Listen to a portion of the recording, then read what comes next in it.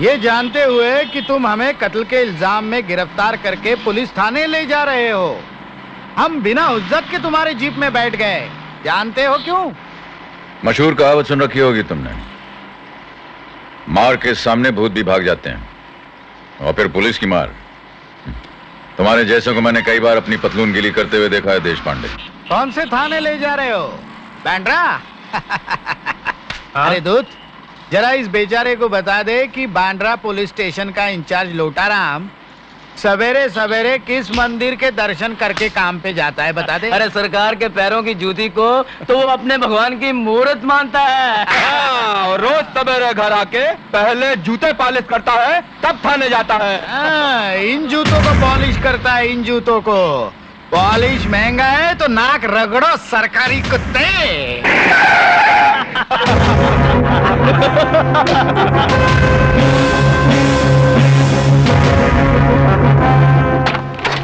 Thank you. डर गया साला।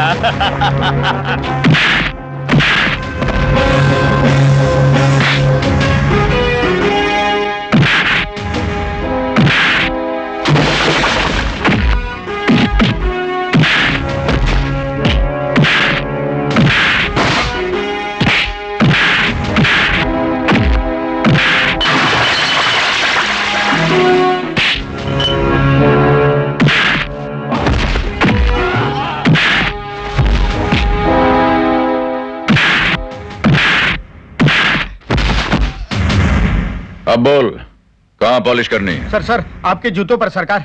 ए, खड़ा खड़ा मुंह क्या देख रहा है? चल जल्दी से डब्बा इधर ला। कल से यहाँ पॉलिश करनी है नहीं करनी है? चल ला जल्दी। चल भाग भाग भाग। सलाम साहब। सलाम साहब बोलता है। आपके चरण रखिए सरकार, आपके जूते बहुत मैले हो गए। ओह, आ गया दिमाग ठिकाने? अरे अरे सरकार, ये सब कैसे हो गया सरकार? मेरे भगवान जैसी मूर्त को किसने तोड़ डाला? कैसे हुआ सरकार? भगवान नहीं, शैतान है ये।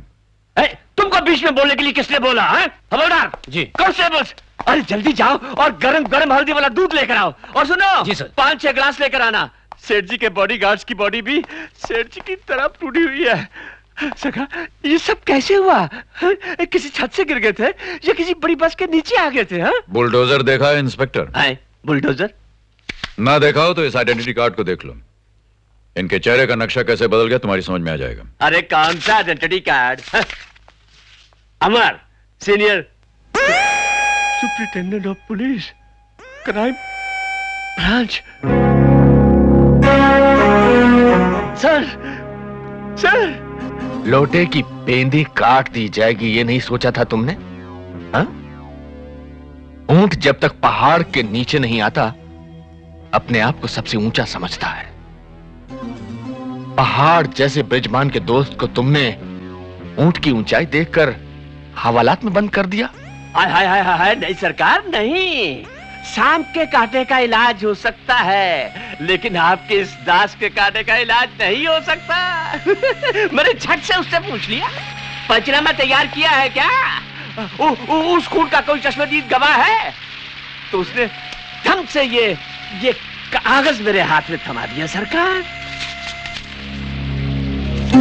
हाँ, नंदू उस देशभक्त एडिटर का चपड़ासी वफादार नौकर जो साई की तरह उसके साथ लगा रहता है, उसे दूर नहीं होता। और अब उस ऊंट जैसे पुलिस कमिश्नर को पहाड़ के नीचे लाकर खड़ा करना पड़ेगा ताकि उससे भी कोई ऊंची चीज होती है ये उस ऊंट को पता लग सके। बहुत अच्छे, बहुत ही अच्छे। अच्छा सरकार, अच्छा। अबे ओ बिन पेंदी के लोटे, नहीं। कल जब अपनी कुर्सी पर बैठो तो जरा पेंदी जमा कर बैठना। यस, क्या कहा? पैरी रोड पर एक बस को जला दिया गया है। 40 पैसेंजर जलती हुई बस में फंसे हुए हैं। हाँ ठीक है, मैं 10 पुलिस कांस्टेबल्स एक सब इंस्पेक्टर के साथ वहां भेजता हूँ। हाँ इंस्पेक्टर, 4 कांस्टेबल्स मुझे भी चाहिए होंगे। नंदू को हिफाजत के साथ कोर्ट में ले जाना है। मैं पूछता हूँ, इस पुलिस स्टेशन का इंचार्ज मैं हूँ या आप? जिसको मैं जहां चाहूं भेजूंगा, जिसको नहीं चाहूं नहीं भेजूंगा। हाँ। इंस्पेक्टर नंदू को अगर कुछ हो गया तो कानून के लिए गवाही देने के लिए शायद कभी कोई खड़ा नहीं होगा। पुलिस हमेशा झूठे गवाह खड़े करती रही है और खड़े करती रहेगी। नंदू झूठा नहीं, चश्मदीद गवाह है। और वो तीनों जिनको आपने हवालात में बंद कर रखा, वो खूनी नहीं, शहर के रईस और इज्जतदार इंसान है। कल तक तो गले से आवाज नहीं निकल रही थी, आज गरज गरज के बरस रहे हो। एक ही रात में ऐसा क्या हो गया इंस्पेक्टर? याद रखना, नंदू को अगर कुछ हो गया तो मैं तुम्हारे उस रईस इज्जतदार देश पांडे के वो पैर जला दूंगा जिसके पैरों पर पड़े हुए जूतों पे पॉलिश मारकर तुम ड्यूटी पे आते हो। और हां, जिनके खूंटे पर तुम उचक रहे हो उनसे कह देना कि मैं अकेला ही एक पूरी बटालियन के बराबर हूं।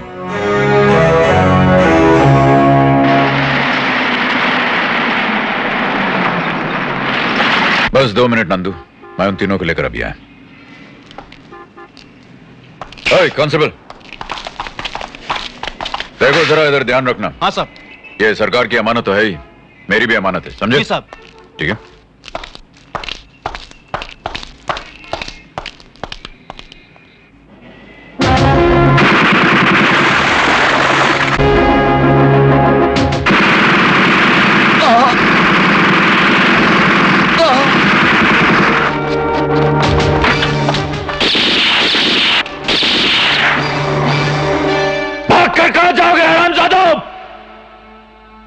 जहन्नुम से भी खींच कर ले आऊंगा मैं तुम्हें।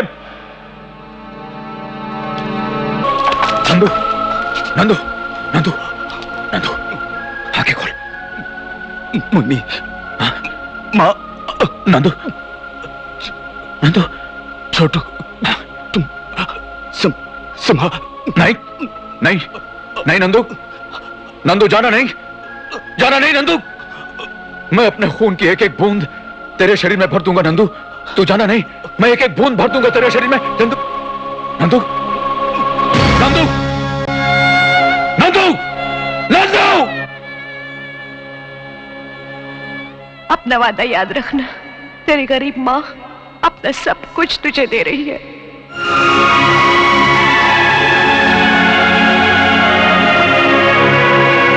रुक जाओ, रुक जाओ, रुक जाओ, रुक जाओ। कहाँ ले जा रहे हो इसे? पोस्टमार्टम के लिए ले जा रहे हैं माँ जी।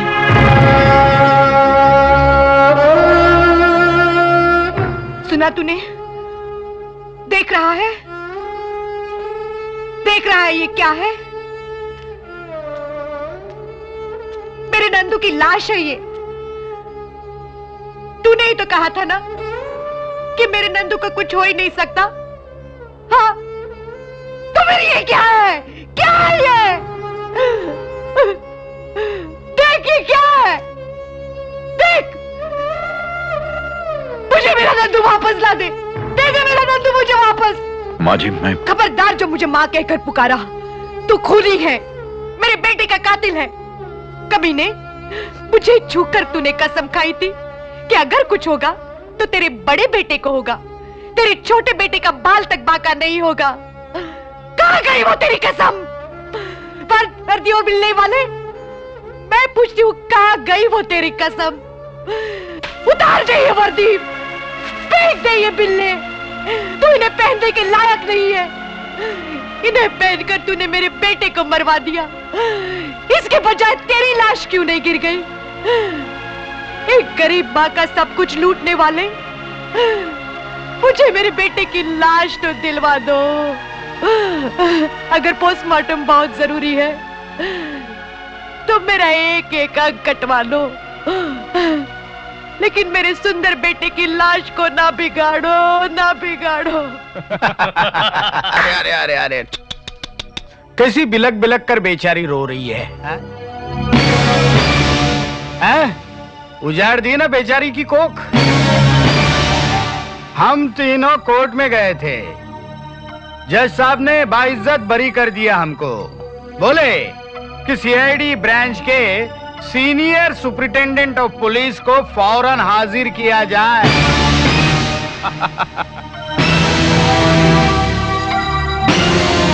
जल्दी से कोर्ट में चले जाओ। हाँ, कहीं ऐसा ना हो पागल कुत्ते की तरह सड़क पर गोली मार दी जाए।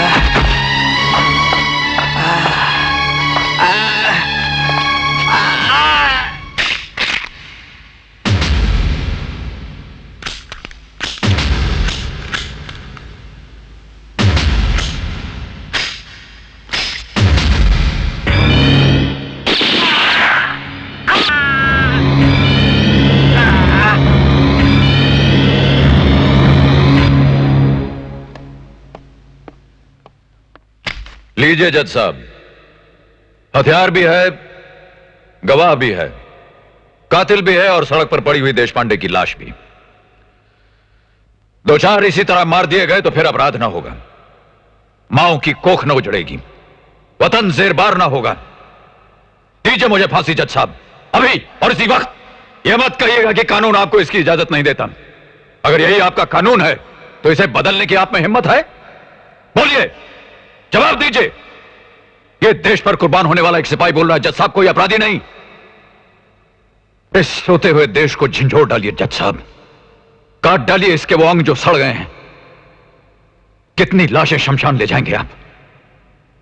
कितने कब्रिस्तान नए बनाएंगे आप? कितने जज साहब? आज जिन्हें नाज है हिंद पर वो कहां हैं?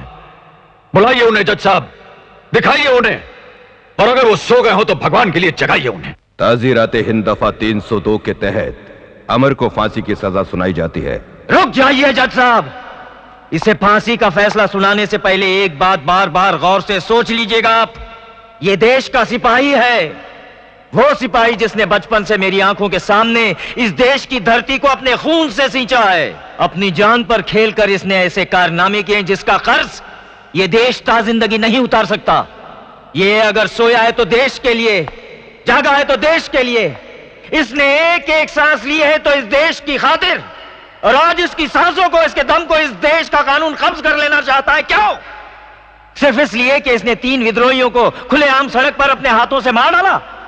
और यही खून अगर इसने सरहद के उस पार किए होते तो आज हम सब ने मिलकर इसे परमवीर चक्र दिया होता। जज साहब, जब फैसला आप अकेले पर छोड़ दिया गया है तब आप इसे फांसी के फंदे पर लटका देना चाहते हैं। अगर मौत ही देनी है तो ऐसी मौत दीजिए इसे जो इसकी शान के काबिल हो, इस देश की आन के काबिल हो, और जिसकी मिसाल आने वाली नस्लें सदियों सदियों तक देती रहे।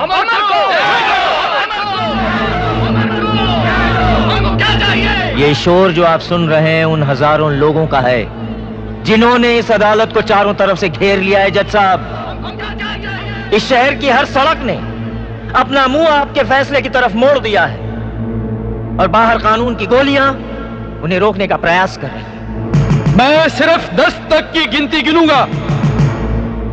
अगर उससे पहले आप लोग यहां से चले ना गए तो मुझे मजबूरन गोली चलाने का हुक्म देना पड़ेगा। हाँ हाँ, गिनिए 10 तक की गिनती मैजिस्ट्रेट साहब, और चलाइए गोलियां। है कोई जो इस सैलाब को रोक पाए, या फिर इस धर्म के मंदिर में खून की नदियां बहाएंगे? एक और जलियांवाला बाग बना दीजिए यहां। 2, वो अंग्रेज थे, भागकर चले जाने के लिए उनके पास उनका देश था, लेकिन आप भागकर कहां जाएंगे? 3, ये मत भूलिए आपके माँ बाप भाई बहन सब हमारे साथ यहां खड़े हैं। 4, सिर्फ आपका ही नहीं मैजिस्ट्रेट साहब, इन गोली चलाने वाले सिपाहियों का भी कोई ना कोई जिगर का टुकड़ा यहां मौजूद है। 5, 6, 7, 8, 9। रुक जाओ हरी, अगर ये गोलियां उन पर चल गई तो यहां भी जलियांवाला बाग बन जाएगा। देश के इतिहास का एक और सफा काला हो जाएगा। अरे अगर तुझे देश की परवाह होती तो तू और तेरे साथी हमारे साथ यहाँ कंधे से कंधा मिलाकर खड़े होते, वहां बुज़दिलों की तरह नहीं। देशभक्ति का ठेका लेने वाले, तू अकेला देशभक्त नहीं, हम सबसे बड़ा देशभक्त नहीं। इस वक्त तेरी आंखों में होश का नहीं, जोश का नशा सवार है। यह सब करके तू बड़े भाई की बची कुछ जिंदगी को और भी दूभर कर देगा। प्यार का इजहार करना है तो बड़े भाई के जीते जी उनके अरमानों को पूरा कर दे। देशद्रोहियों को उनके फांसी पर चढ़ने से पहले उसी फांसी पर लटका दे। हमें देश के दुश्मन समझने वाले, देश के लिए, बड़े भाई के लिए करीम का कंधा तुम्हारे कंधे के साथ जुड़ने के लिए तैयार है। आगे बढ़ हरी, आगे बढ़। टूटते हुए देश की किस्मत तेरे एक कदम आगे बढ़ने से संवर जाएगी हरी। 45 साल का इतिहास 45 क्षण में बदल जाएगा। आगे बढ़। यह ऐसा बम होगा जो किसी भी देश के पास नहीं, जिसकी शक्ति हर परमाणु बम से अधिक होगी। दुश्मन को भागने की जगह नहीं मिलेगी हरी, आंखें पथरा जाएंगी उसकी। तो एक बार दोस्ती का हाथ आगे बढ़ाकर तो देख, देख तो हरी। आगे बढ़, बढ़ आगे, हरी आगे बढ़।